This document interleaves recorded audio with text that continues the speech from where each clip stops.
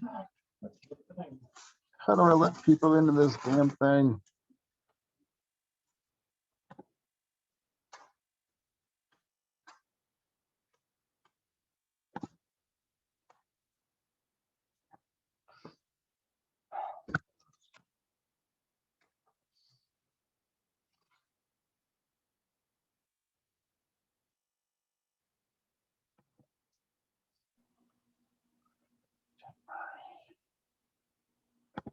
Hi, Pat. Hello.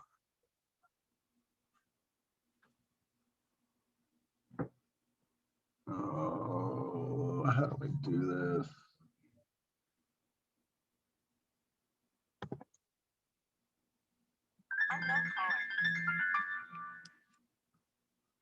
Got it? Okay.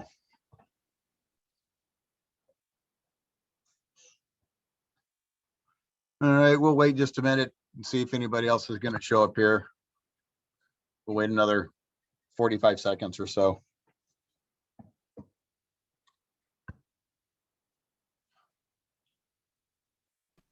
Pat, I love that background you got. You like that background? That is awesome. It's a pub in Galway. That is awesome. I don't remember which one it is. We went there on our honeymoon 18 years ago and took pictures, and kind of feels like Ireland out there today. So I figured, hey, yeah. what the heck? Let's throw the picture as the background. That's great. Yeah. Enjoy It was either it. that or a Boy Scout theme. So figured an Irish pub might be a little bit more appropriate. Perfect. But all right. Well, let's go ahead and get started. I know that we're kind of constrained by a little bit of Zoom time limits, but there may be another handful of people that join us. But thank you guys for participating. It's been I think since last June that we actually did a virtual tasting, and all of those that we did early last year was wine. So this is the very first spirits tasting that we've done. And what's more appropriate than Irish whiskey during my favorite month, which is March. But we are joined by Jenna Murray. She is with Pernod Ricard. I think I have turned over the controls to her. I think. I'm not very technical with this stuff. She thumbs up. All right, very good. If I remember right, she is based out of Chicago, has been with Pernod Ricard for 7 years. Does that sound something like that? 6, but we're getting there. Okay, all right, good. All right, but anyway, I'm gonna turn it over to Jenna. Everybody got the email since you guys are all logging on about there is a little bit of a supply issue with a couple of the products.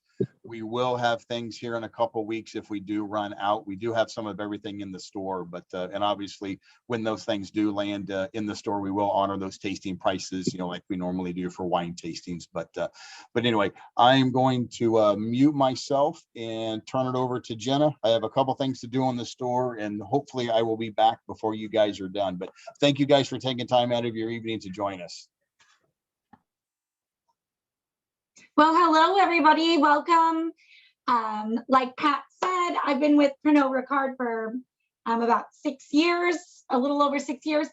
And I've always been working on our whiskey portfolio. So I was hired to speak about Scotch, and then learned more about our Irish whiskeys and became very interested in them. So acquired those as well.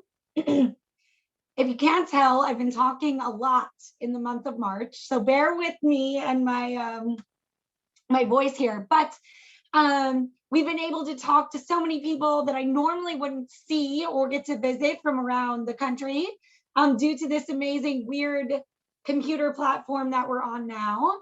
But I hope that that doesn't deter you from tasting along with me or asking questions.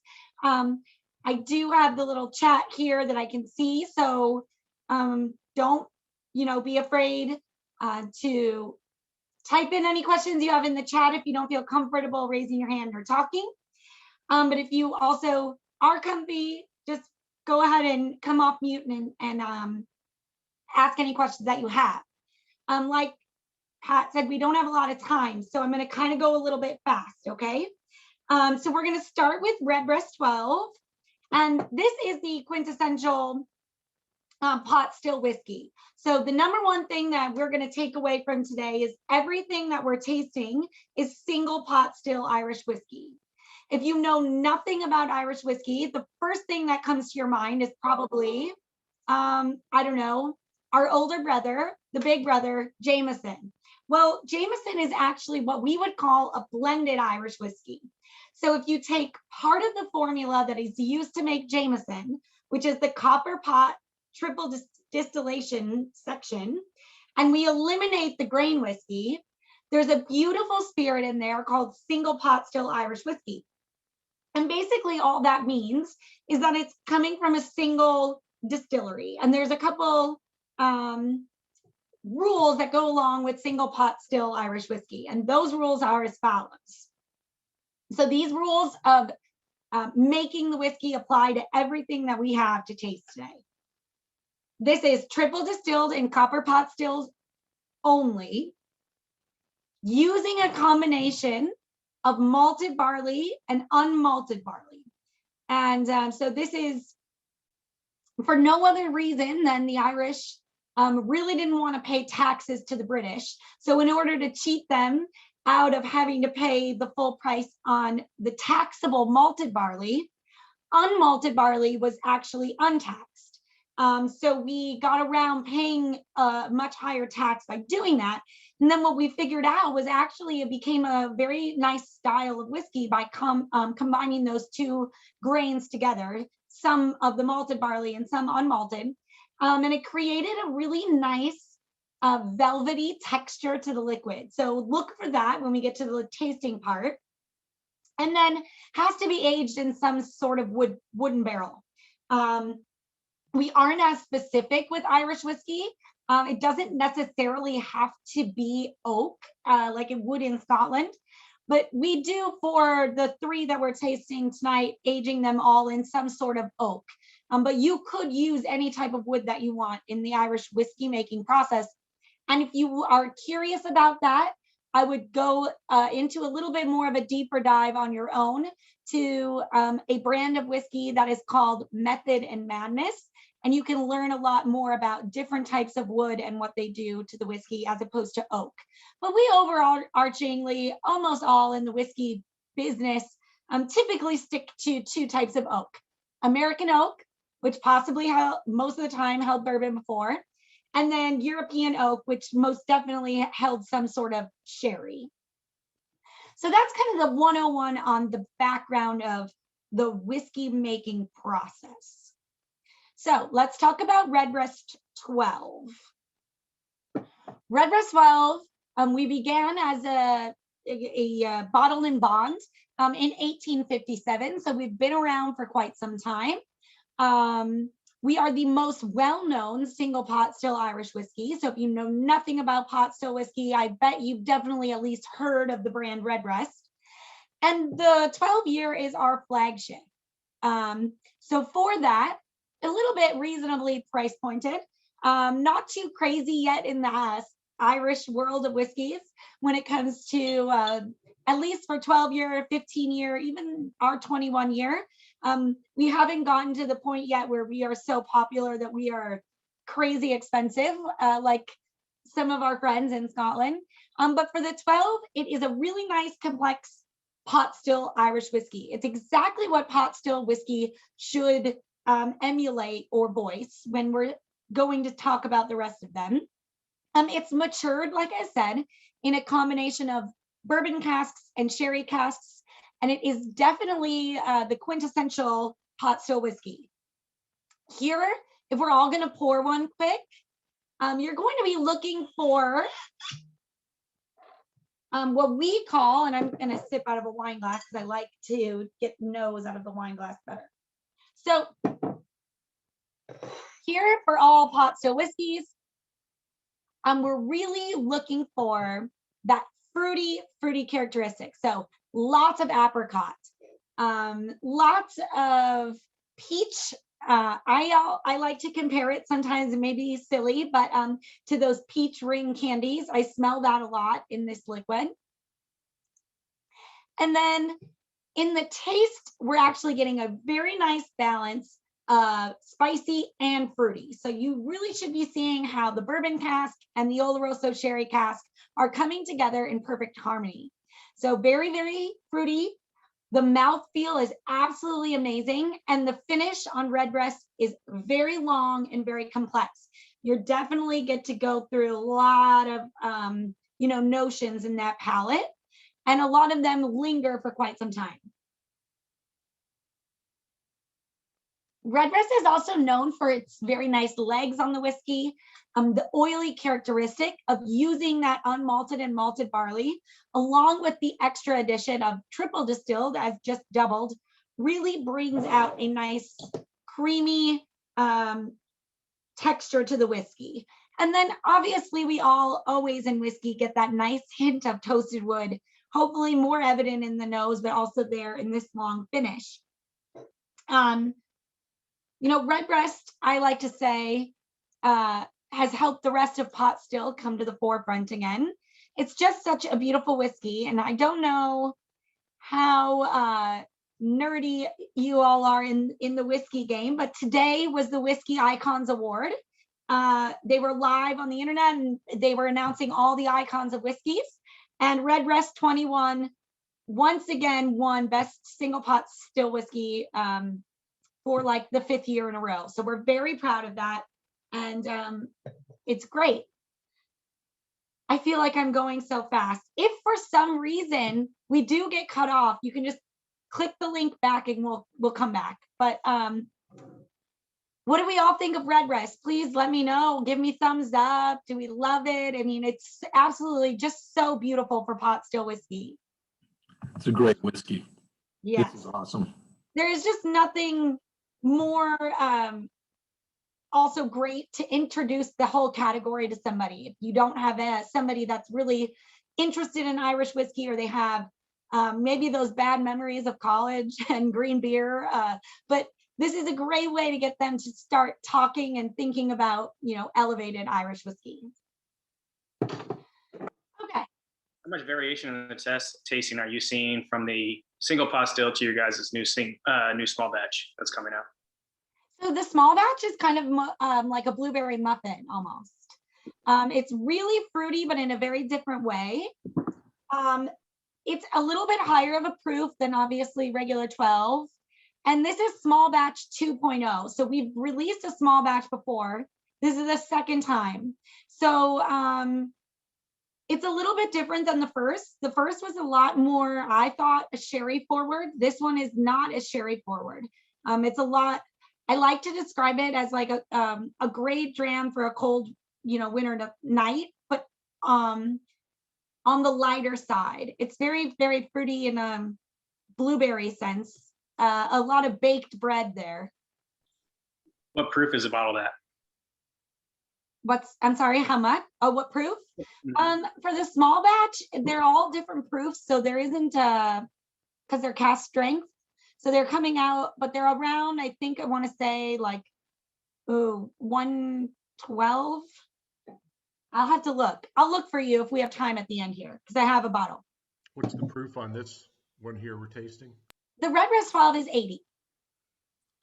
Yeah, the small batch cask strength that came out in the blue is 58.7% or 117.4. Okay, so it's hot. So yeah, so that's the US only release one that just came out, the blue box. Great. Thank you for doing that. I don't know I would love to tell you I know all the proofs by heart, but I also have all these Glenlivets and I have about 70 bourbons. So it's been a fun, I would never be able to memorize them.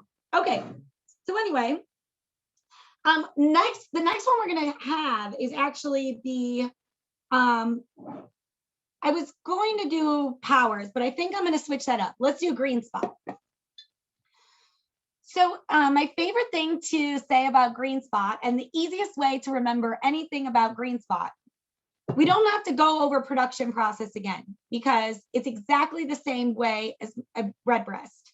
But what we do have with the spots is an amazing opportunity to showcase wines. So if you know nothing about spot whiskey, we are also from the early 1800s, and we actually started out as a wine and cheese shop. The Mitchell family, which is why on every bottle of the spots it says Mitchell Family and Sons. That the Mitchell family, they're still in existence. They still have a shop in Dublin. You can go there, you can buy spot whiskey, and you can also buy what they were originally known for, which was fine wine, really interesting cheese, and spices from all over the world.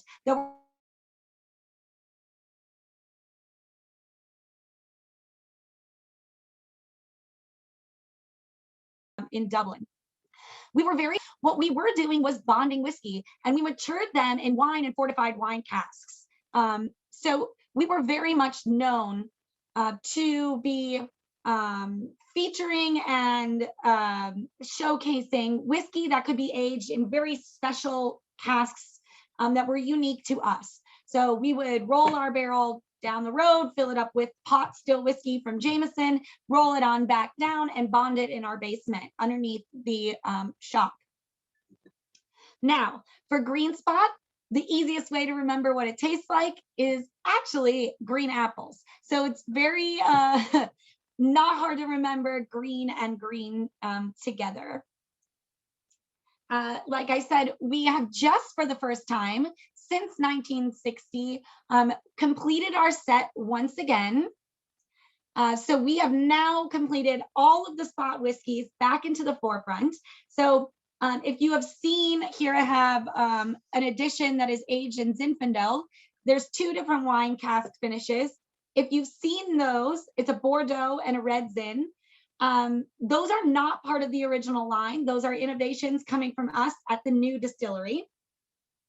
But the originals are yellow, green, red, and blue. And so for the first time, like I said, since the 60s, we're reuniting all of them again. And now they are all available, and we have released them all at exactly what they were from the beginning. The blue spot being a 7, the green spot, which is now currently an unaged statement, but it's anywhere from about 9 to 11-year-old whiskey, originally a 10. So think about that while you're sipping this green spot, originally a 10. And then the yellow spot, which was a 12, and the red spot, which is a 15. Now, like I had told you, we dabble in a lot of different wine casks. Green spot was the flagship, always had been. So before we got into experimenting, we typically did what most do. So the green spot is aged in both bourbon and Oloroso sherry casks. Like I said, you may find some green spots that are original recipe, but then finished in unique wine casks as well. They're out there. So new bourbon, refill bourbon, and then also sherry casks. And like I said, green apple is where it's at. If you don't smell green apple on the nose, definitely go back and look for it. I also think that there's a lot of caramel accents there. And for the second time, I'm going to reference candy because I feel like it's easy, recognizable. But if you're familiar with the caramel apple pops in the bright green wrapper, I really think that's what this whiskey embodies and tastes like. And the finish is really round, but it's actually a lot hotter than I think the Redbreast, or comes off a lot hotter, but it's again only 80 proof. So we're not really upping the proof here at all whatsoever by astronomical amounts. But it definitely drinks a little bit bolder, a little bit more spicy, and definitely a little bit hotter. Jenna, you've mentioned bonded on both of these whiskeys. What do you mean by bonded? So that just means we are aging them completely at one facility. They're not traveling anywhere. So we're okay. It's a little different in Ireland than it is for bourbon terminologies. So when we were saying bonded, we use all of the spots were a bonded whiskey because we were purchasing the whiskey from somewhere else. And then we were aging it completely to its fruition underneath the shop. Now everything's aging in giant warehouses, so I wouldn't necessarily refer to us as necessarily bonded now. It's a term in Ireland and Scotland that is kind of gone away when we talk about labeling. We're in here in the States, especially with bourbon making, being something that's bonded is a positive and something that people look for. We just no longer really use that term, if that makes sense. One other question to back up to Redbreast. It says on the label, single pot still, and yet you mentioned triple distilled. So can you kind of talk about those differences a little bit?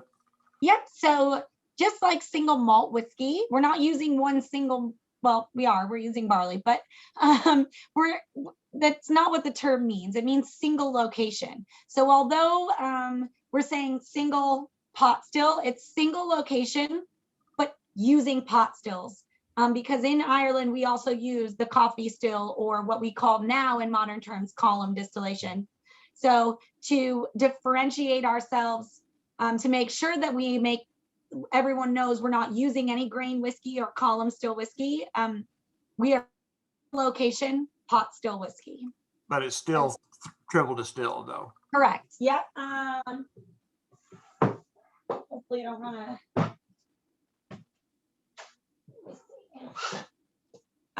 yep. So we are going to go through the wash still, then the Fentanyl still, and then the spirit still. And by the time it goes through the third spirit still, we feel that the texture is proper. So always pot still whiskey has that very oily characteristic to it. It's from the last spirit still distillation, so triple distilled. And then if you aren't, if you like to explore more about barrels, here we have an American oak barrel and a sherry butt. And as you can see, sherry whiskeys tend to be more expensive. Here's the rest of very interesting fortified wine casks over here. Look how small the American oak barrel is in comparison. So American oak barrels are around 200 liters. Most wine casks are 500 liters. So they're just, the wood is a lot more porous. They're way more delicate, and they're just harder to keep the whiskey inside. So it becomes more of an expensive process. So that's why when you see higher sherry proportions, that typically is a more expensive whiskey. Okay. One more question. Did you say earlier that all three of these are triple distilled? Is that correct?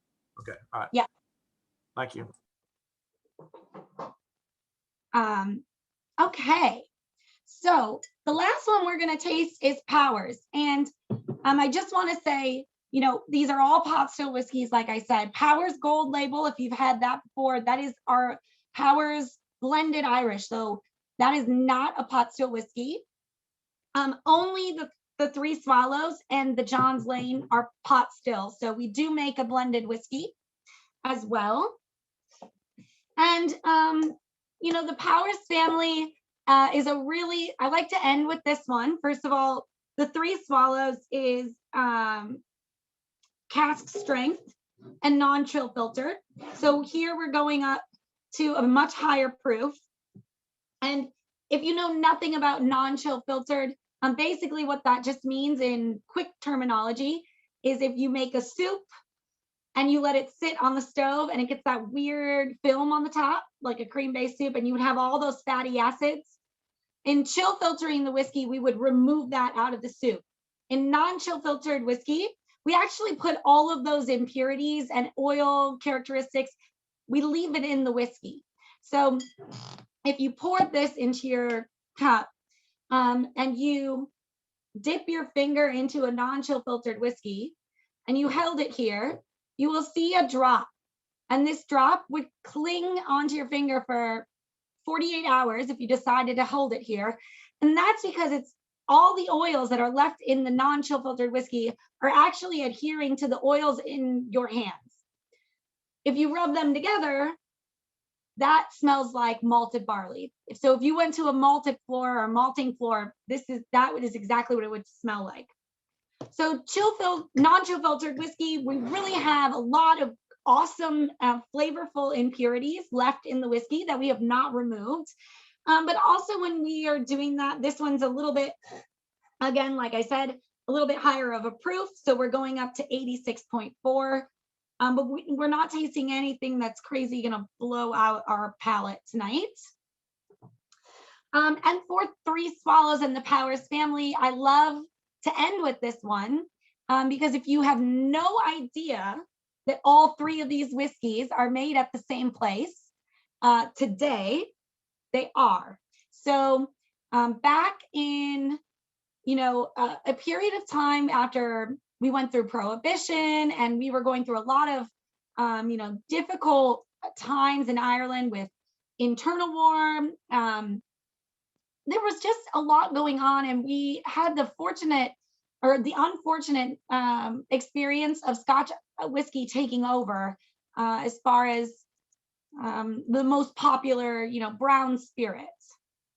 So in the 1970s, in order to reconcile and save basically the category of Irish whiskey, we went from 30 some odd distilleries in the 1800s to 3 distilleries at one point in time.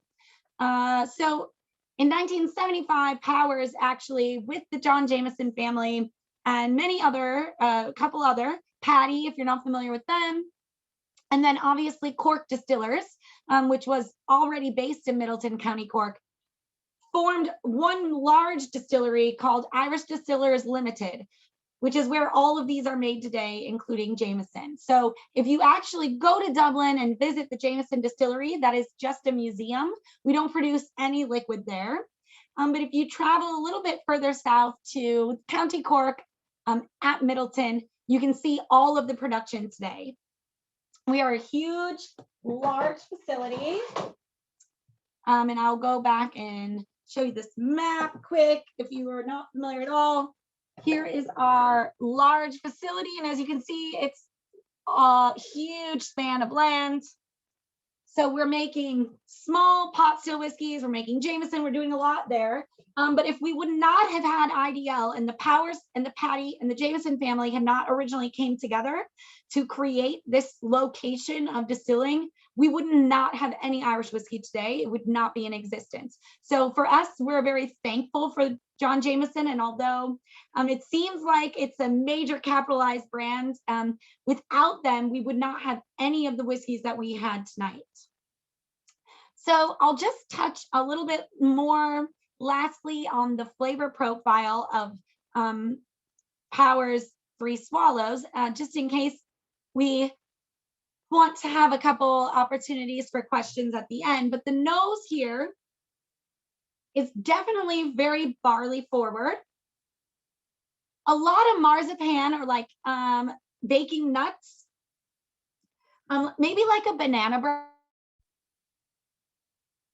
And then on the taste, we are also getting that green apple again, but also very woody, lots of cedar, maybe some light citrus, but a really nice barley forward whiskey.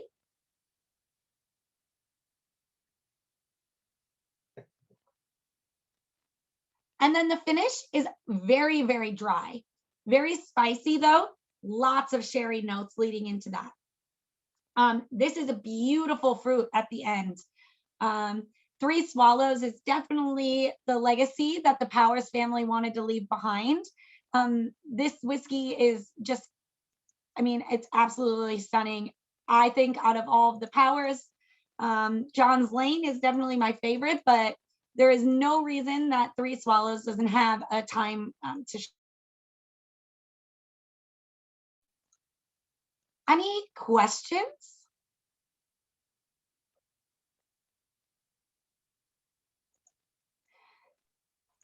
So Three Swallows cast strength, and yet it's only 86.4. I'm sorry, I didn't mean to say cast strength. It's just non-chill filtered. Okay, all right. I'm sorry. I talk a lot this week. But yeah, so not cast strength, it's just a non-chill filtered whiskey. Okay. And the name on the label of this particular one is what? Three Swallows. Three Swallows. Yes.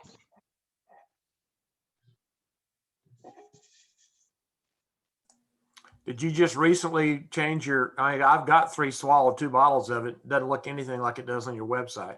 Yes, the label change happened in the year 2020. Okay. So if you know anything about the diamond here, the Powers family was very ahead of their time. They were an equal employee, like an equal opportunity employer. They were really forward thinking when it came to recycling and sustainability. So to work at the Powers distillery was a really big honor. So on the gold label is the big diamond P in red.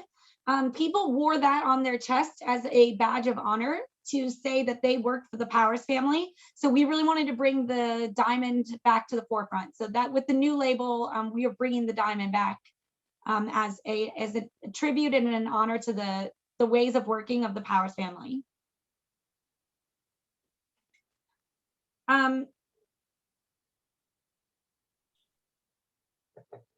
So also, I'll just read you the little tidbit on the why 3 swallows. So we, although it's a bird, the 3 swallows is a paying homage to the Powers family, the coachmen that drove the wagons, and they drove their stable horses as well. So in the winter, there was 3 of them, 3 coachmen, and they would each take a sip from their flask on the journey. So that's why it's 3 swallows in honor of the 3 coachmen. And also we have the bird, but the bird is just there as a logo.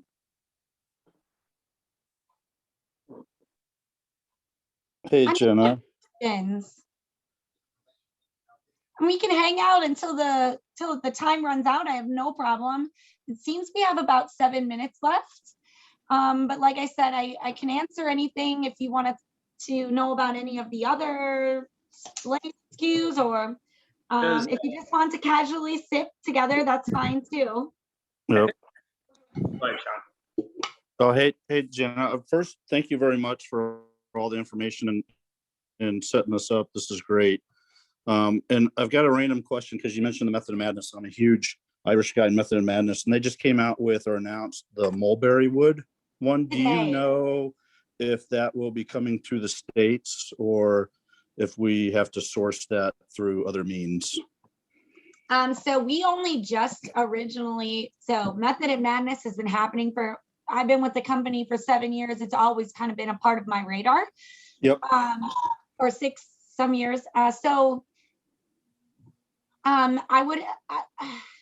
My guess would be that it's not going to come here for quite some time, because in 2020, we are just now, 2020, 2021, we're just now receiving the first 2 original Method in Madness, which have existed for a long time. So my guess would be, I mean, every time I've had to acquire it, it's been at the distillery or somebody I know that can send it. So I would assume no, although with the additions of Method of Madness coming to the States, it may gain a lot of popularity, which means that maybe that process will become a little bit faster. Well, and the other question around that was, is Milton Cork looking at producing just 700 ml bottles for the US going forward, or is that up in the air still with what's going on with the US and their potential change of rules of volume? So we're still all on that. We've had several phone calls about what the future holds for us, bottling sizes. So for now, I'm going to hold off on giving you any kind of answer because I think fair enough. Recorded. I see the recording going, so I would just say, I'm going to hold off on answering that. But if a decision comes sooner than later, we would all be happy. And then last question, which just because it's within the family, the Middleton Very Rare 2020 is hit, but I know the 2021's coming out. Do you know of a US release date for that? So the 2021, I believe, is already available in some markets. In the US? Or should be coming. Usually it happens in spring. So I would be looking out for it fairly soon. Jen, this is Eric Halverson, the market manager here in this great state of Kansas and Missouri. To answer your question on that, the very rare, basically we're just rolling through the 2020 inventory, and as soon as that's out of the inventory, then they're going to roll into the 2021. Great. Fair enough. I Thank you appreciate for it. Thank answering you. that. I was like, I believe it's out. So you just might have to go through what's left before we release the new date.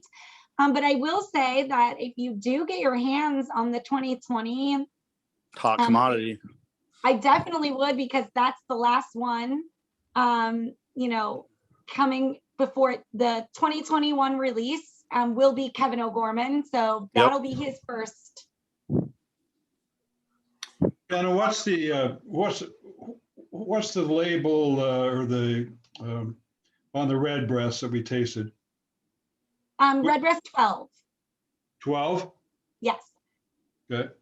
Why is 3 swallow is not plural? You know, it never made sense to me with the birds, and even your description, that it wouldn't be 3 swallows.